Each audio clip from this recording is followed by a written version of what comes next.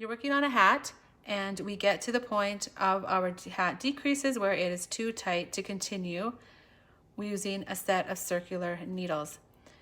So I'm going to show you how you can do magic loop to finish this hat off. And in order to get started, you need a set of long circular needles. And these would be the same size needles as you are using to knit your hat.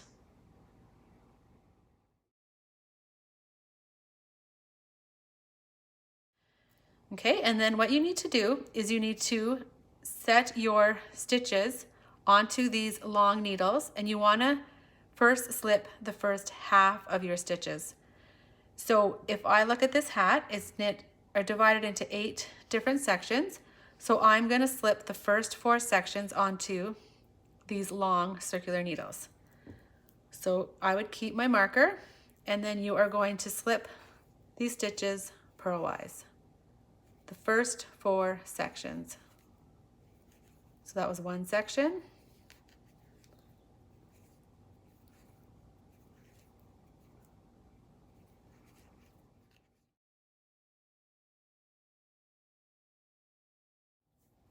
Okay, so now I have slipped 4 sections, 1, 2, 3, 4, onto the circular needle. And in order to slip the next 4 sections, we need to pull this needle through. And then we need to make a little bit of a loop here, like so, okay? So now we're going to, after a loop is made, we're going to do slip the next 4 sections onto this part of the needle, like so. And we're going to slip our markers at the same time.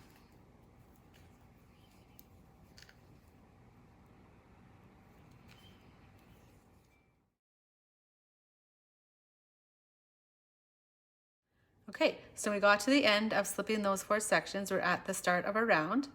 We are going now to work on the first round. So we need to take this needle from this left side. We need to push it through these stitches so we are right at the start of the stitches, like so. And then we need to take this needle and pull it out enough so we have a loop. And we still have a loop over here. So a loop here and a loop here.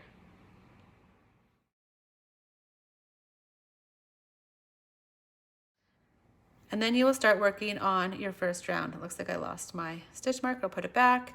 We're going to slip it, and this is just a knit round, so we're going to knit across this whole 4 sections. Just like so, slipping our markers as we go. And we'll work till the end of these 4 sections.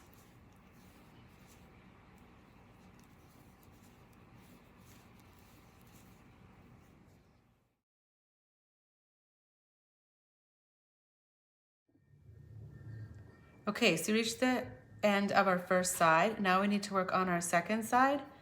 So what we need to do is we need to change the position of our needles. So on our second side, we need to push this needle through so that it is at this point, is at the start of the stitches. And then with our right needle, we need to pull this one through and create a loop like so.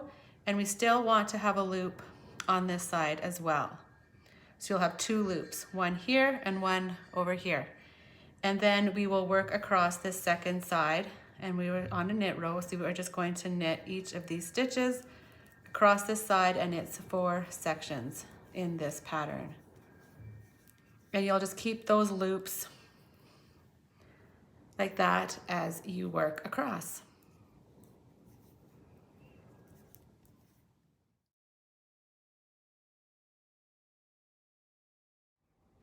Okay, we've reached the end of that section, and now we're back to our next round.